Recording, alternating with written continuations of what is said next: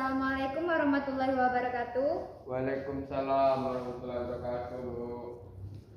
Di pertemuan kita hari ini kita akan membahas tentang munculnya Dajjal. Jadi materi yang sebelumnya itu anak-anak kita akan membahas tanda-tanda hari kiamat.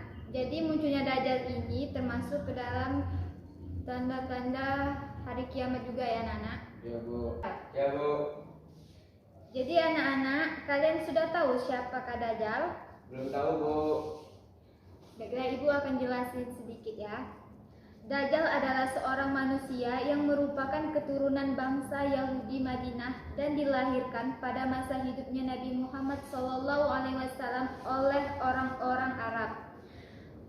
Pada waktu kecil, Dajjal disebut Ibnu Syahad atau Ibnu Said.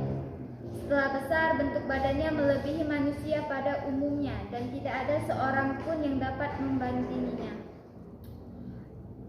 Badannya kuat, kepalanya berjambul, rambutnya kaku seperti ijuk, matanya yang sebelah juling, sedang yang sebelah lagi melotot.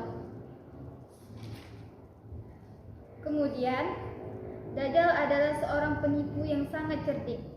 Dia amat mahir dan maju dalam ilmu pengetahuan dan tentang alam. Karena kepandaiannya itu, orang menganggapnya sebagai Tuhan. Dia mempunyai neraka sendiri dan surga sendiri. Orang yang mengikutinya dimasukkan ke dalam surganya, sedangkan orang yang menentangnya dimasukkan ke dalam nerakanya.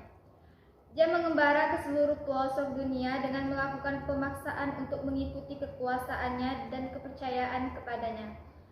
Sekarang Dajjal itu masih hidup dan dibelenggu dengan rantai yang sangat kuat dan kokoh. Umurnya telah lebih dari 1300 tahun. Pada masanya nanti, Dajjal akan terlepas dari belenggunya lalu mengamuk membabi buta terhadap orang-orang yang menentangnya.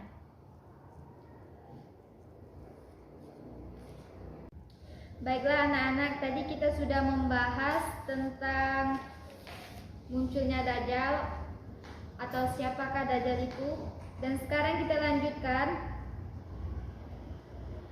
yaitu tempat keluarnya Dajjal. Jadi, besok Dajjal itu akan keluar dari daerah Khurasan. Ada yang tahu Khurasan anak-anak? Ya tahu. Khurasan adalah suatu kota yang berada di tanah Persia atau yang sekarang lebih dikenal dengan negara Iran, yang beribu kota di Tehran dan berada di daerah Masyriq atau di daerah Asia.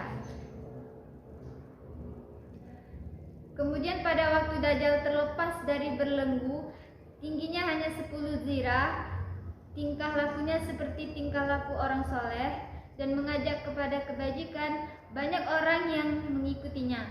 Lama-kelamaan ia mengaku sebagai nabi. Orang-orang yang beriman kepada Allah pun berpaling mendustakan Dajjal.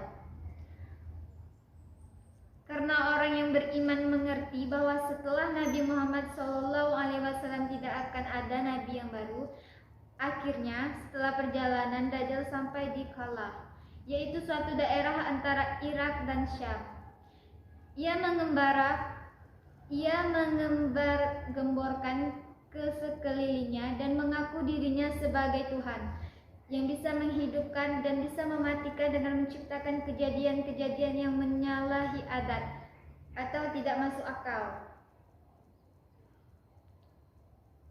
Mulai saat itu, orang-orang yang beriman menyingkir dan sangat mendustakan kepada Dajjal. Sebab mereka mengerti bahwa Allah Subhanahu wa Ta'ala itu selain bukan jirim atau makhluk, juga tidak bisa dilihat dengan mata orang yang hidup di alam dunia kecuali oleh Nabi Muhammad SAW.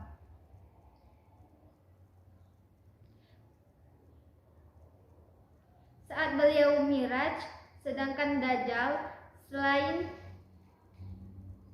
jirim dan matanya buta sebelah, keadaannya pun sangat menjijikkan. Jadi anak-anak,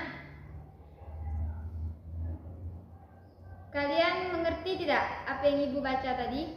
Mengerti Bu. Baiklah anak-anak, jika kalian sudah paham, Ibu akhiri. Wassalamualaikum warahmatullahi wabarakatuh. Waalaikumsalam warahmatullahi wabarakatuh.